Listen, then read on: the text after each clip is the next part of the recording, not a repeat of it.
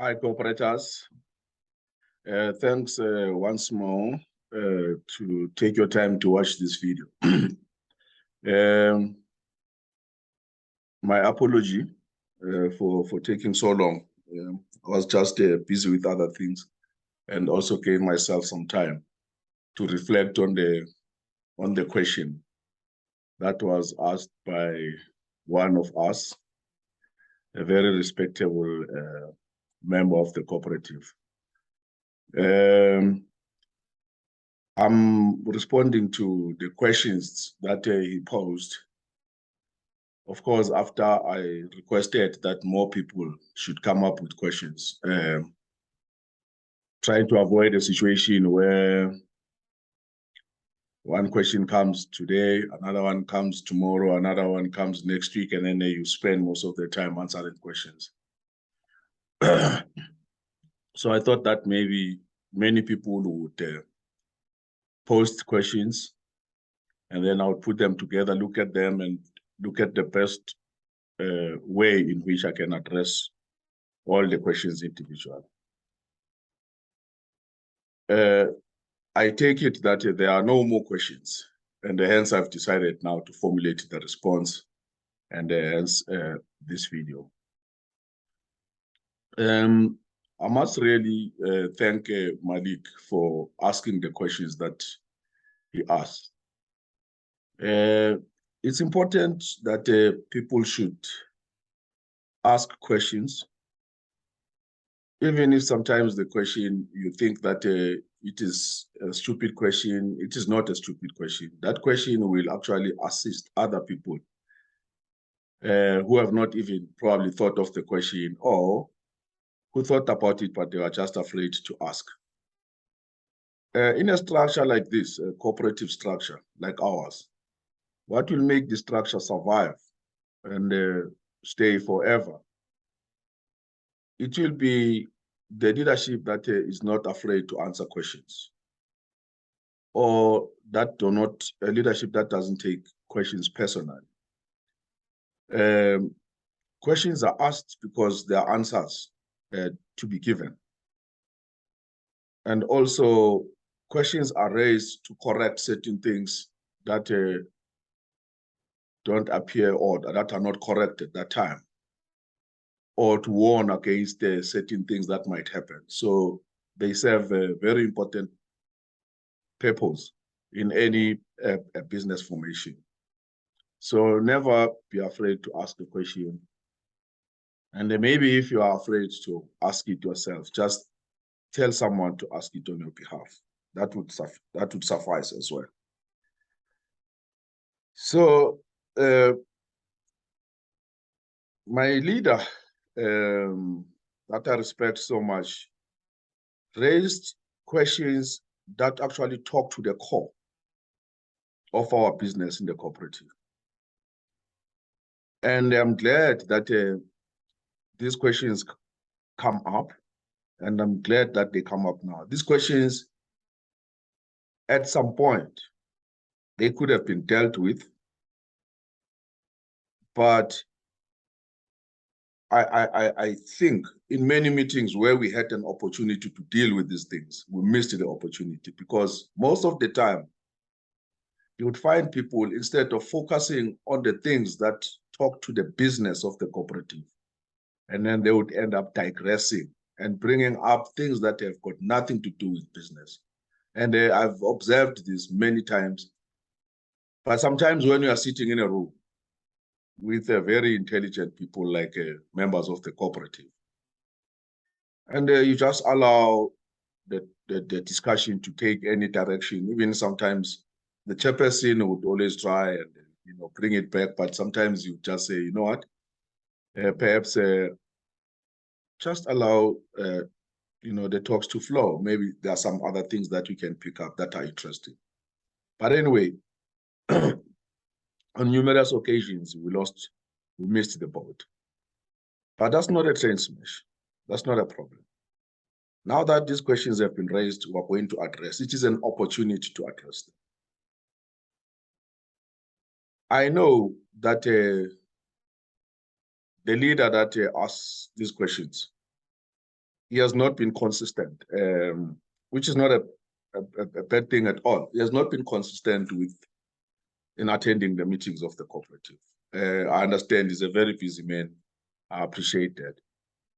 And perhaps that is where he missed quite a lot of developments within the cooperative, because I can tell you now, I can assure you that had he been in all the meetings of the cooperative, he could have picked up quite a lot of these things at that point when some of these things were happening, and they could have actually raised those issues right there, and we could have dealt with these things at that point. But that being said, that does not mean that I'm casting any shadow on my leader who asked the questions. It's a good thing that he did, because now we can talk about them, even if he missed many meetings. The fact that he has raised the questions, that's what is important, and that's what needs to be addressed. My understanding of the questions, they come from the videos that I've posted, where I was getting the members of the cooperative up to speed on the developments in terms of the business of the cooperative. And I looked at them, and I realized that primarily they are dealing with two fundamental things. But I'm going to go to the questions. They are dealing with two fundamental things. One, they are dealing with procedures and processes, or processes and procedures, whichever way you want to put it. And these questions, they are dealing with the entire corporate restructure.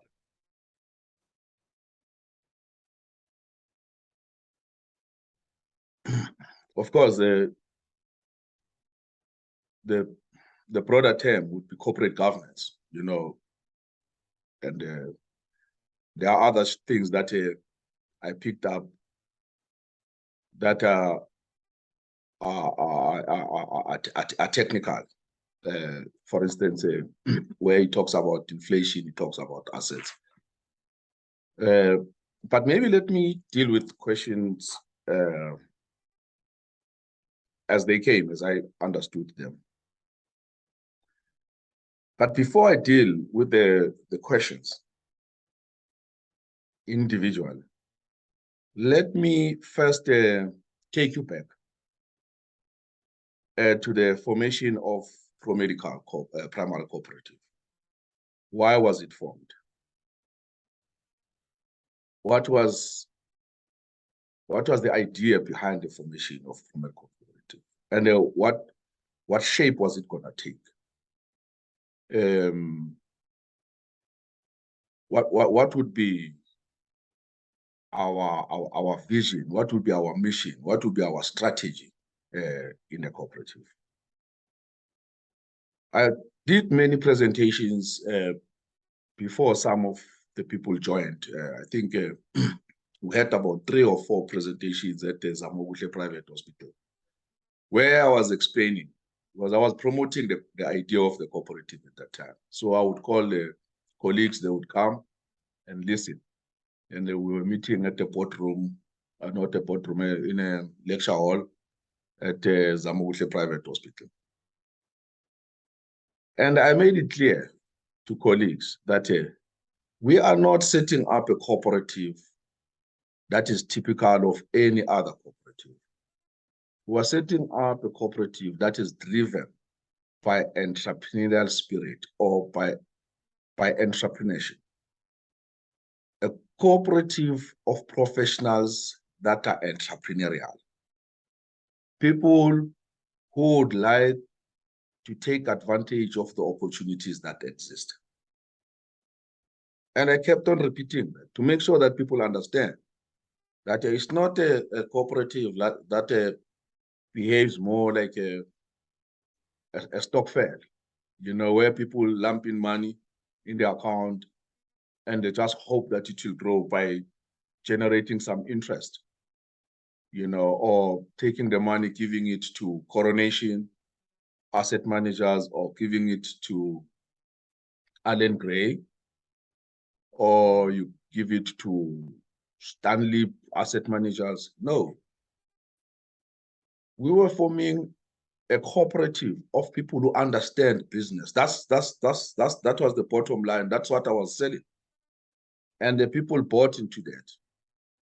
That the idea of this cooperative would be that the members themselves need to be entrepreneurial. The members themselves need to go out there and identify and bring in opportunities to the cooperative. And the members themselves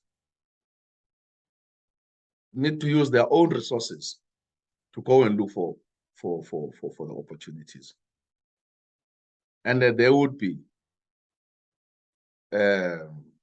remunerated accordingly. But we agreed that the only way to pay a person in business who's bringing in business was to pay commissions. And we kept commission at 10%. That's what we agreed upon. And to do that, we knew that we needed to have some money that is going to lubricate the system. So it means we had to contribute something to the bank account, which was already opened and it existed. And we agreed that let us put 6,100 and the 5,000, every member who joins the cooperative gets 5,500 shares at R1 per share. And then we're then going to identify opportunities. Some of the opportunities we're going to need funding. Some of the opportunities we're going to fund ourselves. The whole idea, wherever possible, was to fund opportunities ourselves without the help of any financial institution. However, it became clear, and in many meetings, this was vented, that it's becoming more and more difficult for us to take advantage of these big opportunities, these big deals, because they're expensive, and therefore we needed to actually look at engaging with financial institutions. And we identified them. We said, we're going to deal with DBSA and PIC. The reason, because those are funds that have been put together by the state to assist, particularly the Black businessmen, with funding. So since then, since 2018, 2019,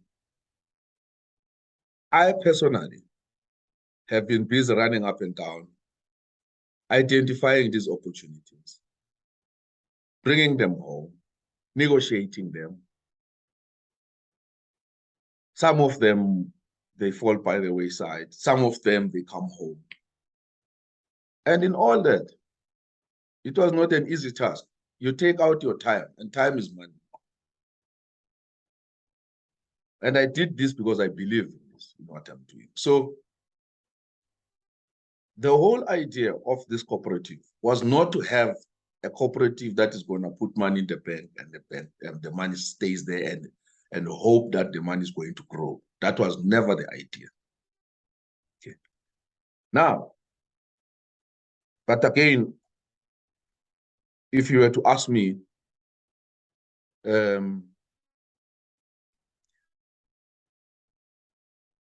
what is the list of the things that you wanted to do? And then I'll say to you, go to the Constitution. If you don't have it, I'll send it to you. In fact, right now, I'm busy talking to all the members and shareholders. I'll send you, and then we'll see the things that we're out to do, what we put there on our Constitution as the objectives of this cooperative. There's a long list there, but anyway, as we go on, you will understand better. But In short, that is how this cooperative was conceptualized. It was a cooperative that is entrepreneurial and is totally different from the other cooperatives that people are used to. Okay, where people put money together and then hope that if they hand it over to somebody else who can grow the money for them, it's gonna grow. Okay, usually they would put money in their institutions. Some cooperatives, they would go on to set up a business. But at the center of this, I think what my leader is raising here is that where the processes and procedures followed in any decision that was made to do the things that we have done. My response to that is yes. In all the meetings that you attended, I would start by giving a business report and tell the members of the cooperatives what I've done with the people who are helping me in the office and some of the members of the cooperative. We're attending meetings left, right, and center. And we would give a business report. After the business report, we would then give the financials. In fact, we used to start with the financials in all the meetings that we have attended. And that would be followed by business report. And then, of course, we would be dealing with the projects to come and so forth. So that's just the background that I'm giving here. Maybe let me go to a specific question. Again, I'm going to keep going back to the idea of procedures and processes. The question is, in what I have done now, is the cooperative disappearing? Is it coming to an end and now we have a PTY? The answer is no.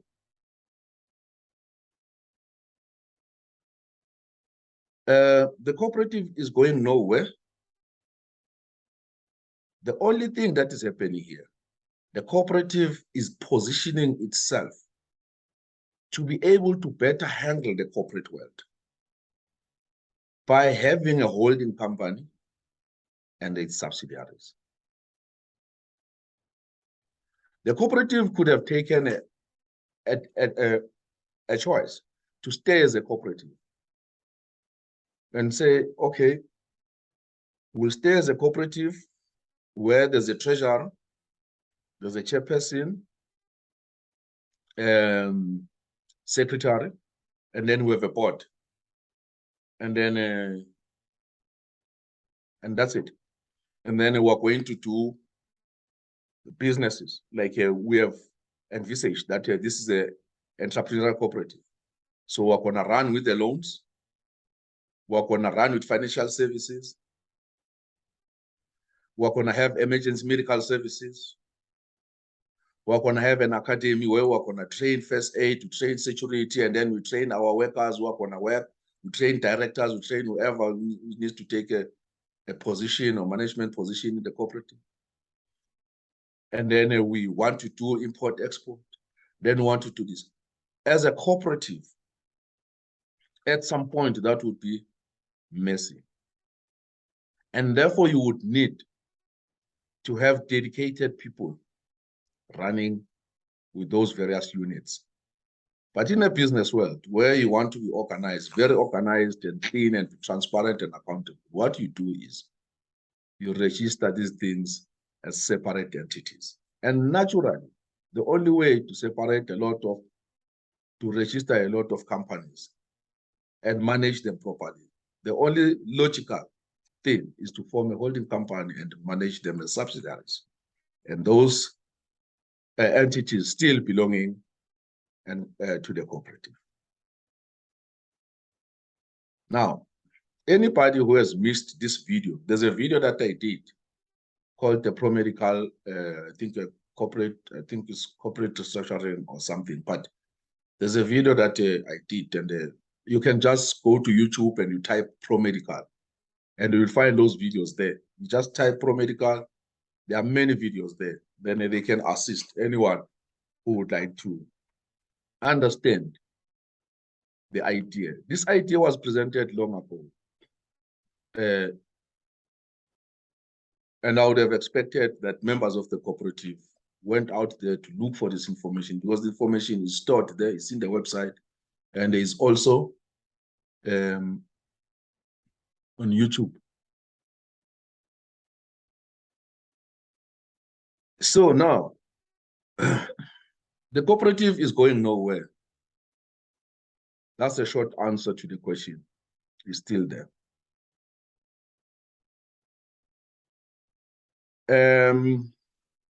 There's also, we agreed that when we contribute money,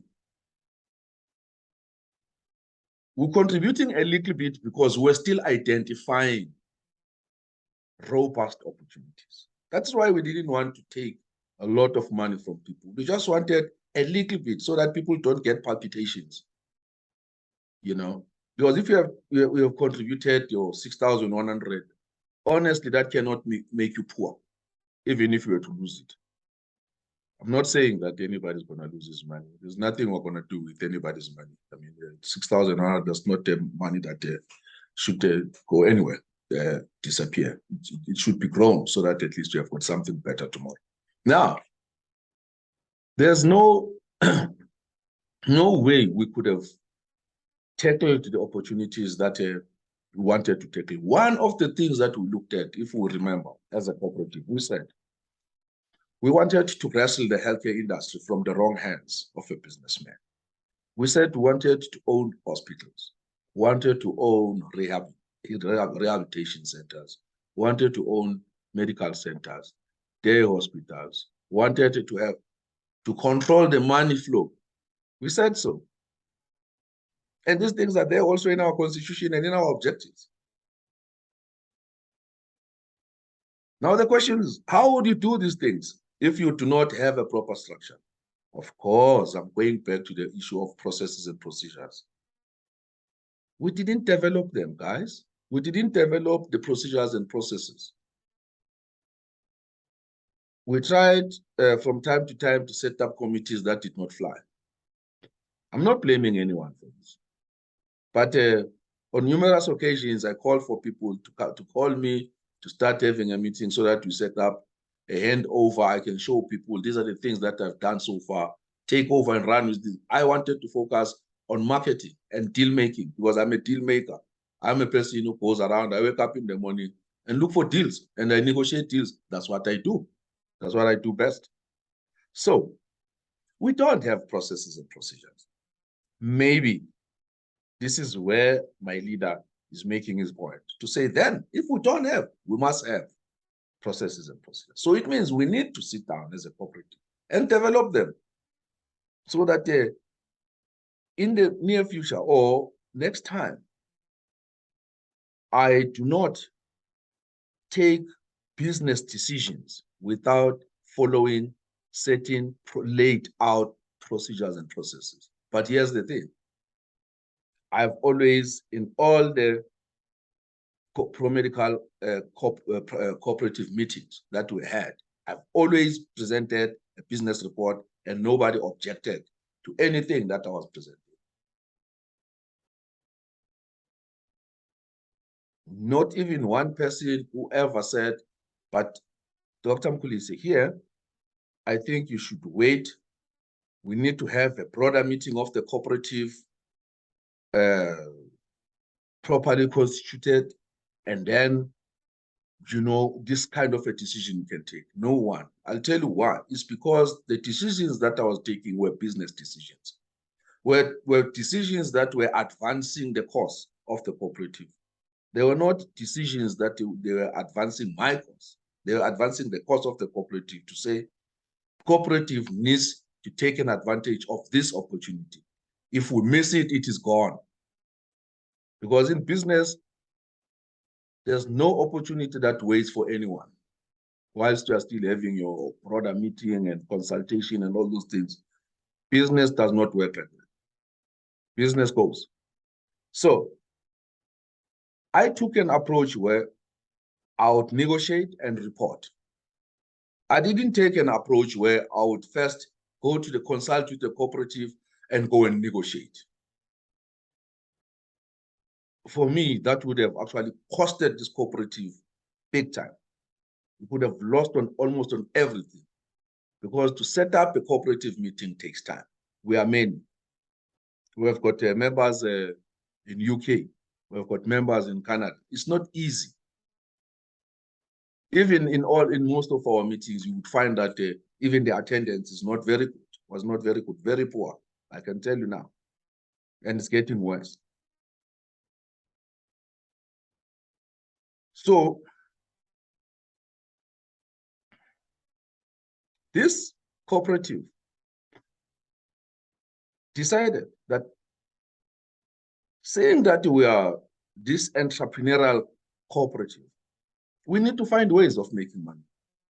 And I've mentioned the others of identifying opportunity. But one of the key things we said we're going to lend money to the members. We'll lend money to the members at an interest of 5% per month, and they kept at 30%. And then we did that. We lended money, and it did well. We're still lending. Well, we have stopped now for a while because we're trying now to work out, you know, how much is this cooperative worth, you know. But that's what we did.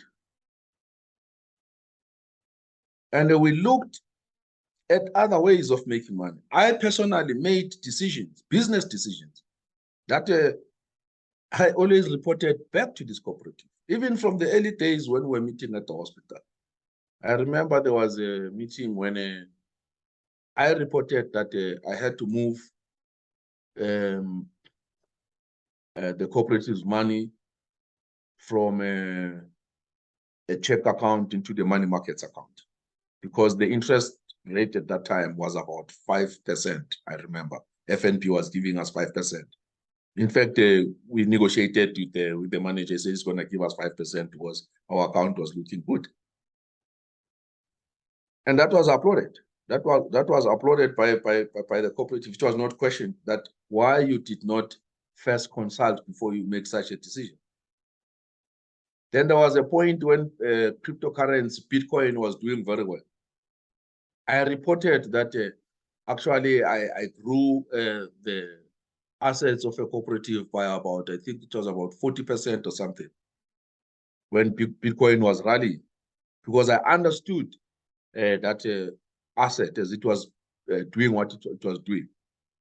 That asset moved from, to give you an example, it moved from $100. No, moved from, yeah, but if I can give you in rands, I think it moved from about 100 and something thousand to $1 million within a period of a year. Rallied from December to December the following year. Made 40% out of that I exited. I reported that. And I remember Dr. Balfour Tutula said to me, "Oh, you must be very brave to go into such assets." Now, these decisions are not made without the risk in mind. Every decision that I've made, always there was a backing. I knew that, and this has been reflected in many meetings that I had. I knew that if it happens that I lose money of the cooperative, that money is secured by me, because I would then simply pay it back, because then I wouldn't like the cooperative to lose money. I'm just giving you this. So there's no recklessness here. Here, what is happening is somebody who understands certain markets and how these markets work, how these things work. I'll come to the issue of other things that they have done, like the items and so on. So we loaned money to people. It came back, although some of the people would go beyond 6 months, you know. We understood, which was not a very good way of doing business. That's why at a later stage, we had to change that. We have changed that. It's working totally different now. It's a corporate structure now. It's no longer the cooperative handling. Remember, I said, imagine if the cooperative was to handle those things at the level of the cooperative, it would be chaos. So already we learned the lessons that no, actually what needs to happen, this thing needs to be a company. So we've set up now a financial services company, a Promedical financial consulting that deals with the money side of things. Okay. And then when we dealt with the money markets, the interest rates, they went down, moved from 5% to 3%. And then I exited and explained to the cooperative later that, no, we exited that market. Bitcoin, we exited that one.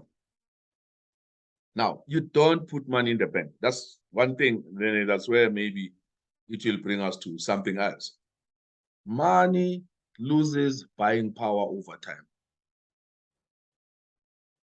Many people call it inflation. Don't want to be technical about it. If you had 20 rands 2019 and you could buy 5 apples, 20 rands today cannot buy 5 apples. It buys less, can buy half. So that's what it means. It has been eaten by inflation. So if you are not beating inflation, if you're sitting with your money in the bank and you're not beating inflation, what are you doing? Then for me, I honestly don't understand that way of doing things. I don't do things like that. I don't put money in the bank. I start businesses. That's where I feel that money is safe. But I'll deal with that as we go on. Let us look at the model of the cooperative that we adopted from the beginning. Because these things, they are not coming now. These things come from the very foundation of Promedical Primary Cooperative. Right at the conception, we said there will be instances when we go out there doing deals where Promedical needs to fund a deal with its own money. And we said, in that case, the person who has negotiated the deal gets 10%. That's how a person will be paid. But the person who's looking for the deal uses his own resources. You go and look for the deal, you find it, then you say to Promedical, fund the deal. Promedical will give you 10%. That was agreed upon. And that did not need any further interpretation. That's what it was. That's what it is even today. But of course, the understanding is you go and look for a deal, find the deal, and then Promedical will fund it. And then you get your commission. And that is where a deal will be discussed at Promedical.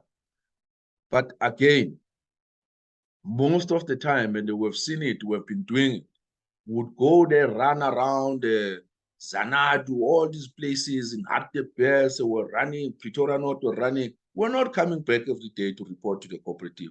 You cannot just keep reporting. You need to come with something tangible, present it and say, here it is. How do we then deal with it? And then at times, it depends also on the size of the project. If, for instance, you are dealing with something huge, something massive, and then like a hospital where we're taking or we're buying a hospital and so forth, you'd go negotiate, and once you are done with your negotiations, you come back, and then you come and report to the cooperative and tell the cooperative, listen, this is the deal, it looks like this, and this is what we have been doing all along.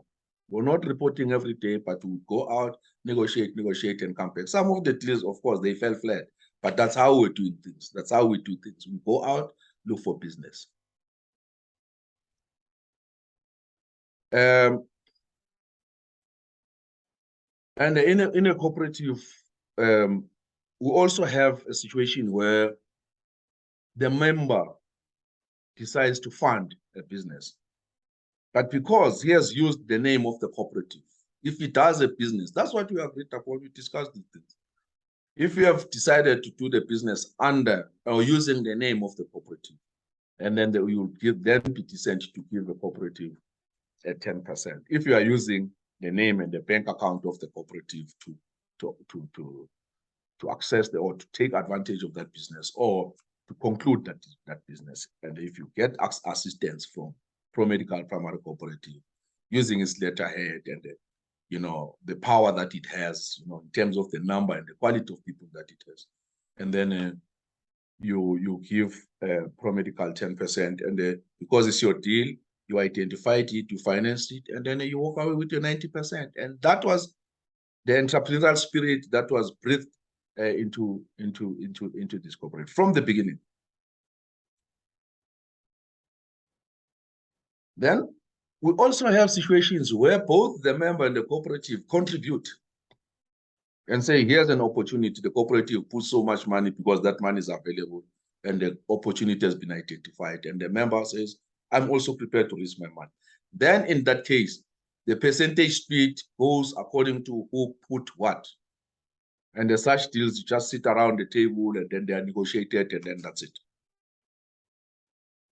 So again, yes, I give it to my leader who asked about the procedures and processes. Of course, you need to have procedures and processes where we can be able to engage on the boardroom table and disagree to agree. But some of the deals, honestly, are very simple and straightforward. Especially where it is in the best interest of the cooperative. I will unpack one of the deals that are in question right now. This is something that I will do with my eyes closed because it makes perfect sense to me. Maybe let us look at something else as well, as to what is actually Promedical core business. Promedical, there's no core business in Promedical. Our core business is health. Also any other opportunity that would assist us to actually grow our money. But our main focus is health. So there's quite a lot in health. In health, you have got ambulances, you have got hospitals, you have got day clinics, you have got, there's a product that I did, which is in the market. It's called Promedical Medical Insurance. I reported that product in the meeting. I never consulted for the development of that product because the mandate for me was clear. The mandate was that as a member, we go out there, look and create opportunities and bring them to Promedical. The mandate as an entrepreneurial cooperative has never been that come to the cooperative, let's sit down and discuss what you can go out there and negotiate and do and bring home. No, you have got to be a business person. Go out there, identify, negotiate, bring home. And I did that. I paid 25,000 rands to set up that product. And there are clients on that product. It's a medical insurance. It's competing with others. Of course, the marketing is not so great because, I mean, we really need to be aggressive on that one. But it exists, it's there. And is it a liability? No. Is it an asset? Yes. What is an asset? An asset is what brings money home. What is a liability is what takes money out. So as I go down, you'll realize that all the things that I've done, they are actually assets. They are bringing money home. Because what you don't want is a situation where you lose money. You don't want to lose the power of the buying power of your money. You don't want to lose that. You also don't want something that is going to take money. So you want things that are going to bring money. And to me, those are good business decisions. Now, how do other members benefit out of all this? Because this mogul of ours seems that, entrepreneurial people are the ones who benefit. No, that's not the truth. Members benefit because they have invested their money and their money grows. It grows even if you're not doing anything. Those who are doing everything, who are running around, they get commission. Those who are not doing anything, put their money and then continue to operate, it's fine. They still grow their money. As I'm going to, of course, we need to show you how much your shares have appreciated, or what is the value of your shares. That is why we're doing the whole exercise of capitalization, which I've explained in the video. Trying to determine what is the value of a share. Now that we have got members who have been contributing and we've got all these activities that are happening in the cooperative, business activities, things that are bringing money home. Now that we have those, we want to know now, what is the value of your share in the cooperative? Right. The other question that I think I was thinking about as I was going through the questions, I think I just here a bit. I decided to jump the gun a little bit, even though the question was not posed. But I just decided that I need to cover this area because this is an opportunity to actually make people think deep about how this cooperative is structured. How does it work? The question is, does Promedical actually have to own businesses? And does Promedical have to focus only on lending money and not own businesses?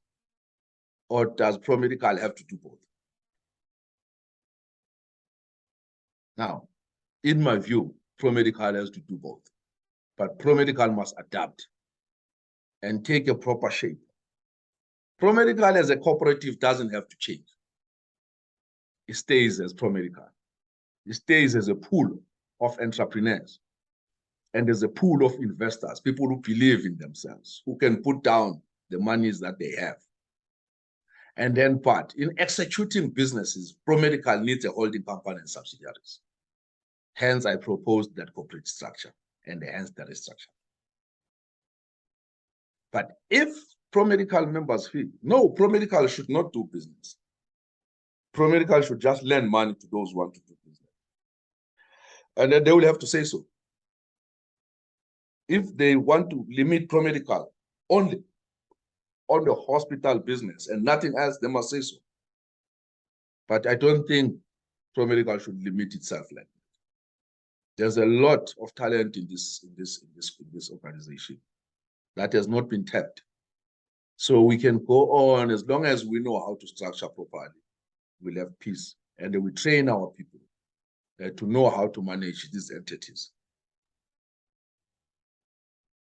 We'll smile every day to them. Of course, again, we need to set up. I agree with 100%. The idea of corporate governance for me is one of those things that I would never utter a word against. I believe in those things like a Christian who believes in religion, or any religious person believes in religion. I believe in good corporate governance. So I think we would need, as a cooperative, to find people who can sit down and draw for us procedures and processes. I've got my own ways of doing things. I'm more of an entrepreneur. I've started many companies in my life. Some of them took off. Some of them took a nosedive. I've never sat down and had proper procedures but I believe in those things, and I wish maybe I had that. I tend to take decisions on the basis of whether it makes business sense or not. I can evaluate the business just by looking at it. I don't need all the complicated calculations that many people usually do. I've got few questions that I asked, and I already know that it's gonna fly. But anyway, I really am of the idea that we need to sit down and deal with that.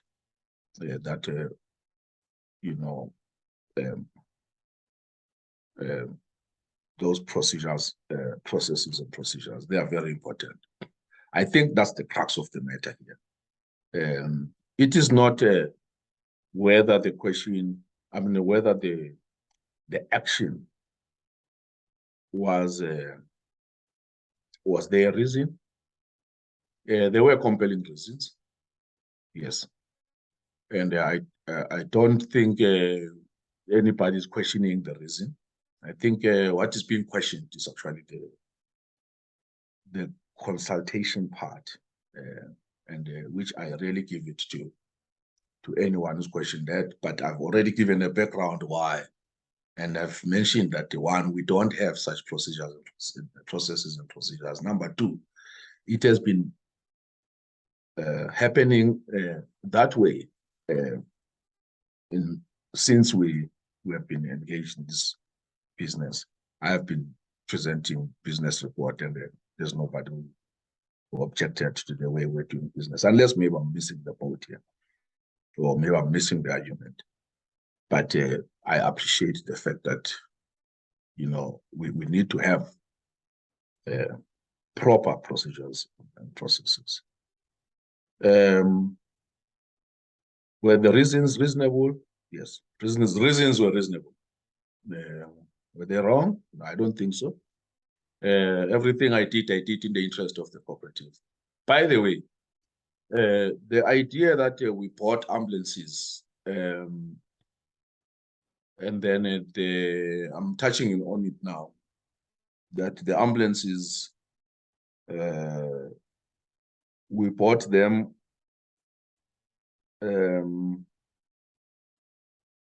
maybe I'll come to the ambulance. Let me deal with, yeah, I've dealt with whether the question is wrong, all right? There are two questions. I've mentioned the issue of procedures and processes. The second one is whether this cooperative is going to embrace the corporate structure that we're taking. I wish this cooperative should embrace that, because that's the only way we can carry on with business as a cooperative, especially with all these business opportunities that have been identified, negotiated, and concluded. I don't see any way that we can be able to handle them unless we've got a proper corporate structure. The other thing as well that actually led me to actually motivate and push for and start, actually initiate the process of a corporate structure is when we had meetings, engagements with the various corporate organizations. The name of Safari, we had a lot of guys, Intercare, so many. And those guys, they are structured in a corporate fashion. So they found it difficult to deal with us. And I did mention this to the cooperative members that we need to look at it. And I initiated the process of looking at this. And here we are. And I remember at some point, one company called Brentwood Capital, they wanted almost 350,000 from us to restructure us. I said, no, we can do this. We've got attorneys, we've got the CFA guys, we've got auditors, we've got all, we know these things. We don't need people who are going to take money from us just to do this thing for us. And here we are, we've done it. So there are no stories, okay? And then it's up to the cooperative if the cooperative decides or thinks that it is important to embrace the corporate structure, and then we do that. If the cooperative thinks that, no, we don't need a corporate structure of that nature, then yeah, no, that would be said, because then I don't see how we're going to. And again, I mean, I know that that's not the point in question. You understand? I just sort of tried to cover even areas that have not been dealt with. So pardon me if maybe I've made this video too long unnecessarily, but I thought that maybe let me also just preempt, you know, some of the questions and just deal with them even before they come. Okay. Before I deal with the technical stuff like inflation and assets and all the other things that are raised, let me just share just a story. You know, it would sound silly, but it actually makes perfect sense. The difference between a person who is charged with the corporate responsibilities, especially if we are talking now private business. If you are in private, if you are doing business in private, then the person who is actually charged with responsibilities of doing the business in the state or who's managing state assets. The attitude between the two is totally different. And I think I fall on the side of not trying to justify my actions, but I fall on the side of the private companies. The way of thinking is that if you are given a budget, if you are sitting with a budget, and you see opportunities and you don't act right on those opportunities. If you're working for the state and you came back and you said to the state, "Hey, listen, man, it's end of the financial year now, and I've got good news. I didn't spend a cent out of the money that you gave me, although I did see some opportunities, but I felt the risk was high." And then, if that's the government, I can tell you, you'll be given a medal. But if you were to do that in private and you come back and tell shareholders that, no, you saw some opportunities, but you know what, you were so careful that you didn't want to lose money, I can guarantee you'll be fired.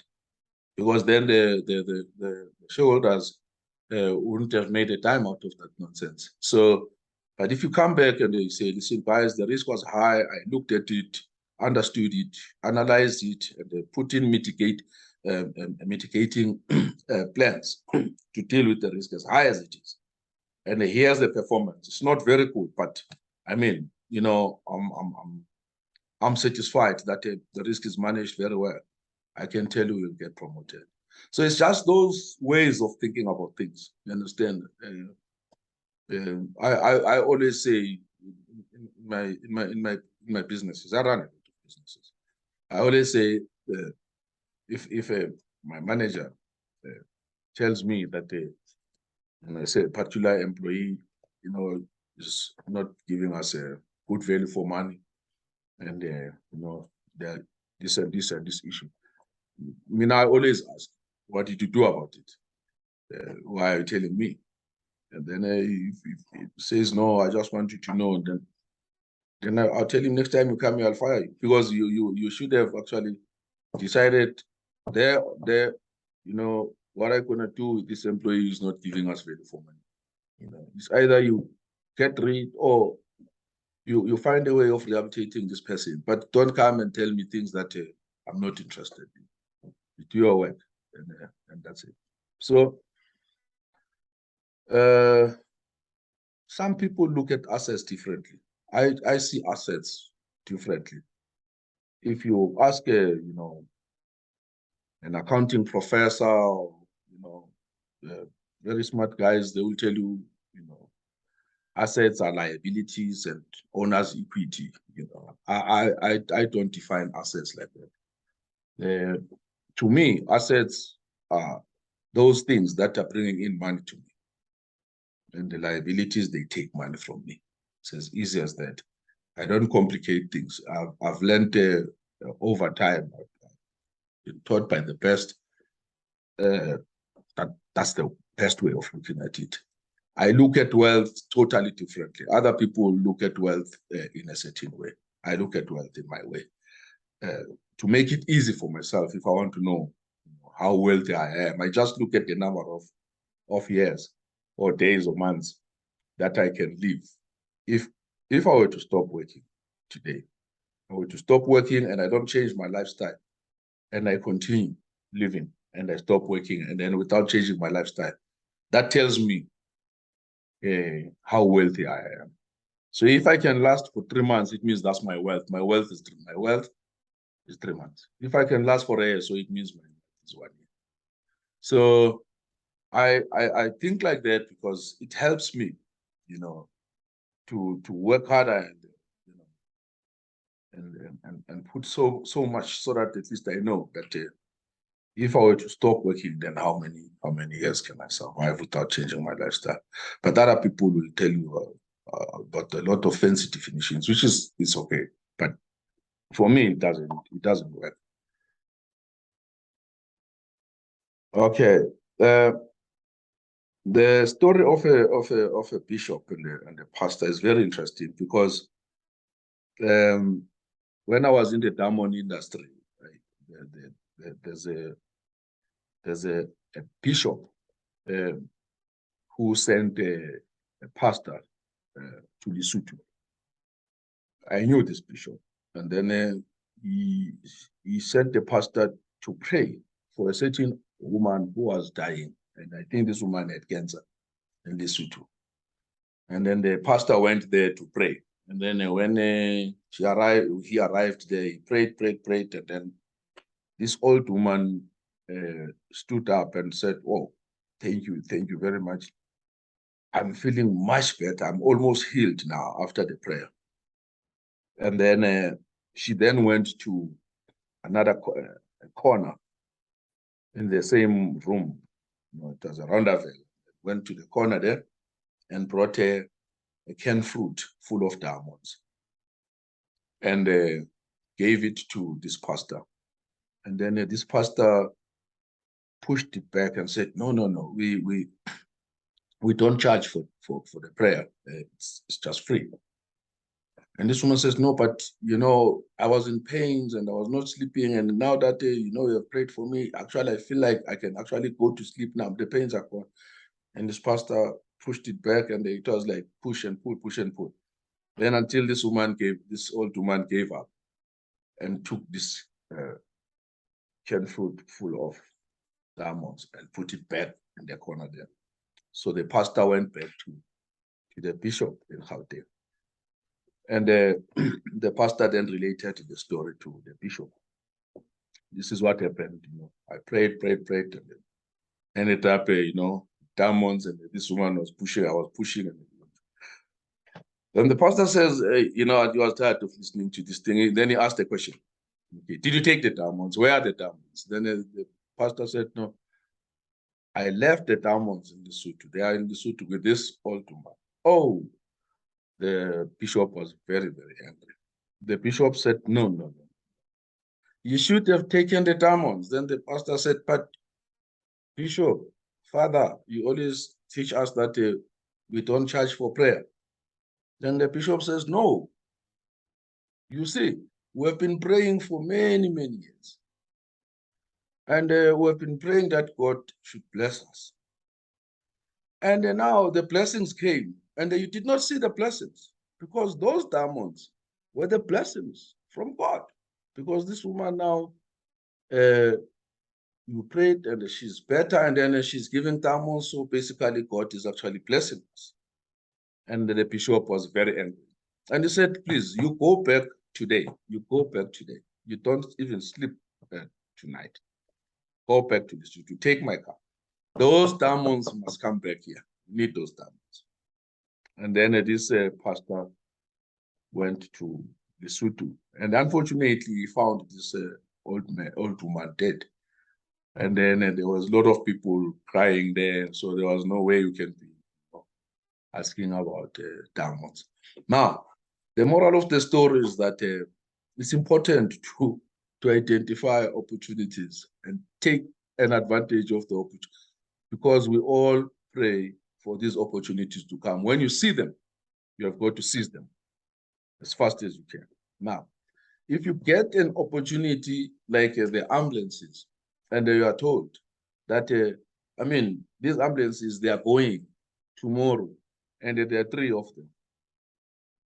And you can see the book value it's a 220,000. They have done 100,000 kilometers. Book value, you check it, is 220,000. You're getting them at 130, 140,000 each. And then you have the money to buy these ambulances. You buy them, then you can sell them tomorrow, because basically you can sell and make money tomorrow. And here's the thing: utility vehicles, they are assets because they bring money. The fact that they depreciate in terms of, when you calculate depreciation, can buy a fridge, it depreciates because it puts in your meat and blah, blah, blah. You buy a laptop, it depreciates and so on. Even the car that you drive, it depreciates because the kilometers, they go up. That's how vehicles depreciate. When the kilometers go up, the price goes down. Utility vehicles don't behave like that. Never. It's a business. These parties, these ambulances, they load people and these people pay. Let me give you an example. This ambulance, the one that we bought and is running, because the other two are still busy trying to sort out the paperwork.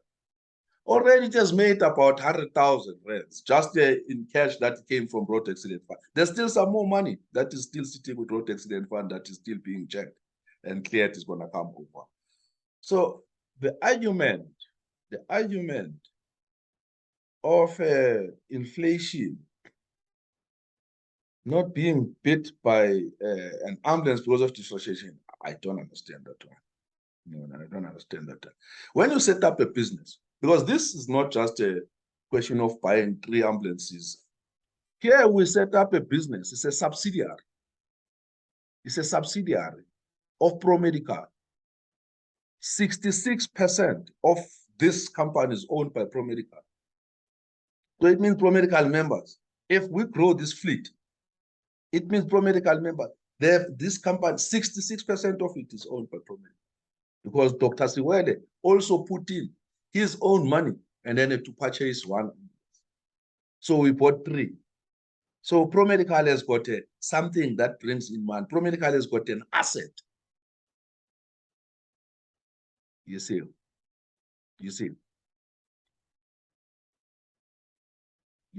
So in a short space of time,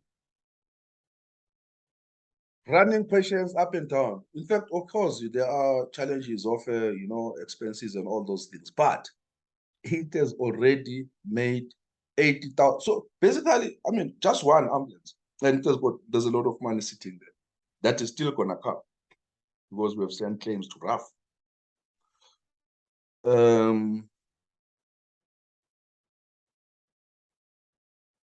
So I don't think the argument of inflation holds when you're talking about this ambulance. I understand inflation very well. Like I would smell it coming from there. I mean, I would never take a decision that would expose us to something that won't assist us to beat inflation. I build businesses. I've started many businesses in my life. I'm an entrepreneur. I come from manufacturing. I've done so many things, financial services, everywhere. I'm an all-rounder. So I understand that when I do something, what could be the implications at a later stage. So in this case, Promedical is owning 66% of this entity. And at 66 points, blah, blah, blah, blah, 33 point, what, Dr. Swele, who came up with his own cash and said, I can't afford to lose this opportunity because there were 3. I could not buy all 3. I said, no, we can only buy 2. And then he bought the other one, and then that's it. And then we formed a company, which is a subsidiary of Promedical, of the holding company, and we've put it in. Promedical owns major shares there, you see. And then there are other subsidiaries. I'm not going to talk about them. I was just addressing things that are in the question. The question of dilution, shares being diluted. I don't know how Promedical members' shares can be diluted in this case, because what we have done here, from the beginning, we agreed that we needed to be 200 for us to register a cooperative bank. And we went out to recruit people. We have got 2 chat groups. Recruited people, about 105 or so people paid. Okay, not everybody paid the same amount. Some pay less. But it means some bought less shares. It means there are a lot of shares still available to be bought. Then we're almost half. So we want to recruit some more so that we reach our 200. And that's all I've said. I said, we need to reach 200. Once we have reached 200, then we close. And this is what we discussed long time ago. Even in our further meetings that we had, we're always discussing how far are we from 200? How far are we from? So I don't understand how then maybe dilution happen, because that's our target. We want to get there, and we still have to capitalize Promedical to tell what is the value of it. And those people who do not invest, of course, maybe that's where the question comes from. If now we are issuing, we are saying we're raising more money. Of course, we raise money by issuing shares. People, to avoid dilution, they must put in money. We are all investing now in the things that we always said want to have hospitals, want to have this. So we're raising that money. So we need to stand up now and start investing and say, okay, but without losing what you already have. The shares that are sitting in the cooperative will be evaluated, and the people will be given dividends according to the shares that they have. That has nothing to do with the money that we're raising now. All right.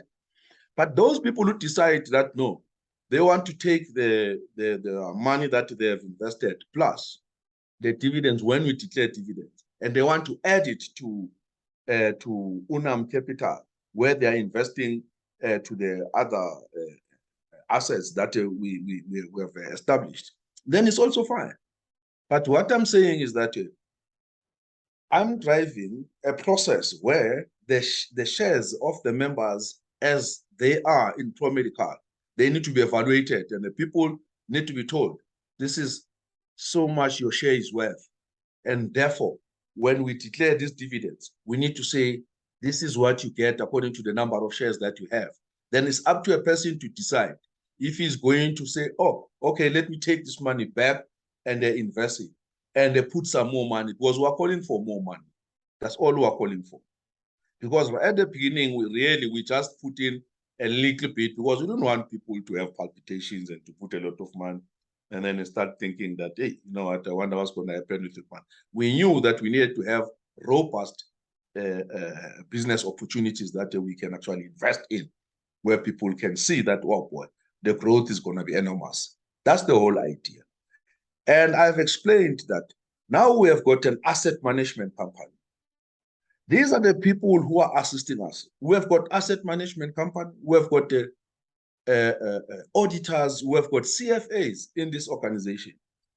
These are the people who are going to assist us to determine the value of these shares. I'm not going to do it myself as Dr. Mkulise. I've never evaluated the value of any organization in terms of, it's not my area. I understand how it works. I can't do it if there's no one else, but these are the guys who will be doing it. And then, and that's it. And then regarding the shares at Lesego Private Hospital, those shares is very clear. 10% of those shares already have been paid for by DVSA. They are for specialists who will be admitting there. Period. That's what they did. And there's nothing I could do about it. They told me that, listen, we have given us a specialist who will be operating, because they wanted the list of specialists who will be operating there and who are going to be responsible for Lesego Private Hospital. And any other specialist who wants to work there will have to go through our specialist. Basically, it's locked. And then they gave them 10% shares. I've negotiated that the Promedical should be given a chance, and they packaged it like that. They said, okay, fine, 10% for specialists. Then another 10%, they said Promedical needs to buy it. And all this 10% is 6 million, 6 million. Then I said, okay, it's fine.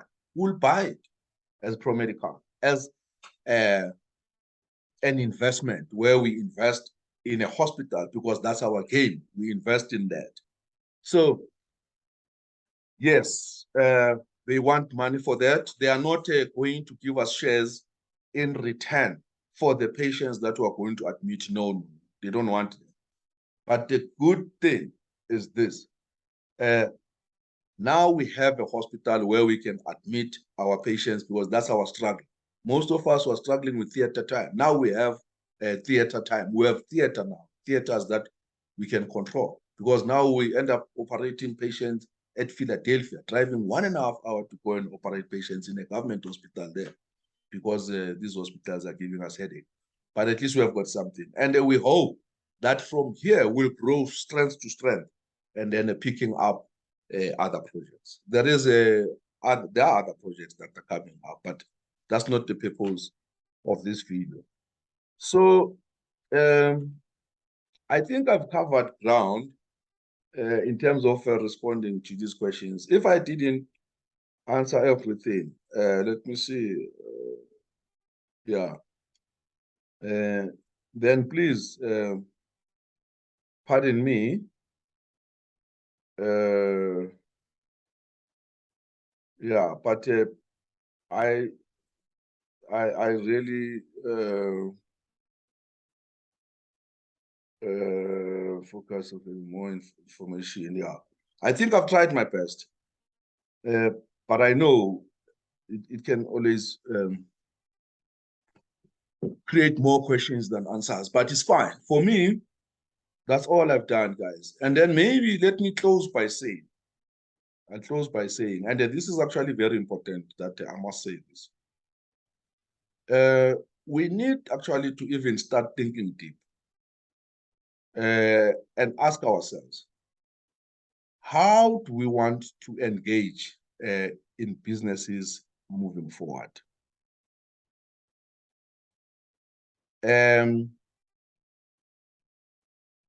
I'm thinking loud here. If, for instance, Promedical would say to me, hey, you know what, Dr. Mkulise, we hear you all what you have said, but we don't want all these things. We just wanted to have money in the bank. We didn't want all these things. Then for me, that's still fine. Because I can tell you right now, all that I've done is secured. It's secured. Meaning, if someone can say, this is a wasteful expenditure, you shouldn't have done this, then to me it's very easy. I would say, no, it's okay if that is the case. But I don't think it's a wasteful expenditure. But if someone can tell me that, then the question would be, can we have the cooperative agreeing that, you know, it's unnecessary, we don't need this?